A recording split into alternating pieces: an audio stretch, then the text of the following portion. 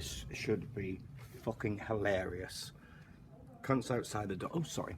Civil servant from the civic centres outside the door. Check 1 2 1 2. Okay, let's see what fucking happens here. It's going to take some editing. This is be worth it. Wedding dress.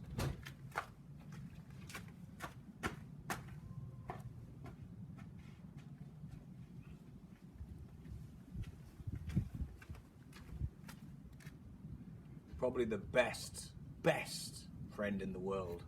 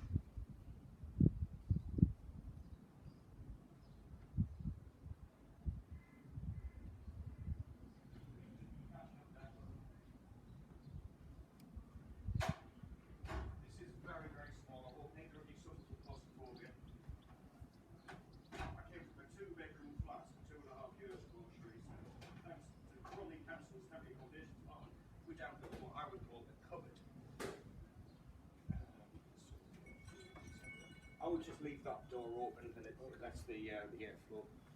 And then there's a bit of space out here. We're blessed with a garden, so that makes things a little bit easier. Margaret, have you got a second? I like to introduce Margaret to anybody that's here because she gets a little bit outside. Possibly, yeah. Margaret, I just want to introduce you. This is Philip from Bromley Council. Philip, this is Margaret, my neighbour. Hello, Margaret. And this is Cherise from Bromley Council as well. They're not going to eat your food because they didn't pay, okay? Please take a seat. Please take a seat. Okay. Yeah. They're the cleaner ones. Right. Do you want to go first, Philip, or shall I? You know what? You go first. Okay. Okay. I'm very well aware that you don't know who I am. You don't know anything about my past because I would have been informed if you did a check on me. I'm ex-military defence. I have a PhD in psychology. I'm a very hot potato because I don't quite fit into the pigeonholing that the bureaucracy of the civil servants tend to do. If you had, or any of your colleagues had looked into me, I would have been informed. So I know that that hasn't happened. I have serious mental health issues and they're not getting any better. It begun when I was raped as a child. I'm sorry to say that, Cherise, when I was 7, but I managed to function myself through it for many, many years until the sad passing of my wife, my mother, and my nephew, and my friends, and then something inside me snapped, and that was in September 2019. I was living quite happily in Brazil, but I had to return because my dear mother got terminal cancer, and I had to come and look after her and say goodbye to her. And then I made a critical error judgment. Instead of just flying back on my return ticket, I decided to stay for Christmas, see my son and my daughter here because I'm never coming back. Then COVID happened in the middle of me falling apart. I couldn't even get any mental health support. For over 2.5 years now, I've been crying out for CBT because I've had it before, cognitive behavioural therapy, which works, and bereavement counselling. 2.5 years, 2 years and 8 months now. And because I keep getting moved 10 times now by Bromley Council's temporary accommodation department, I'm almost at the top of the list for CBT and bereavement counselling, and then boom, I move to a different area, different catchment, I have to start again. The reason that Bromley Council keep moving me is because, in my opinion, they're not policing their temporary accommodation in any way whatsoever. This is illegal from a health and safety point of view, electrically, gas-wise, just as the last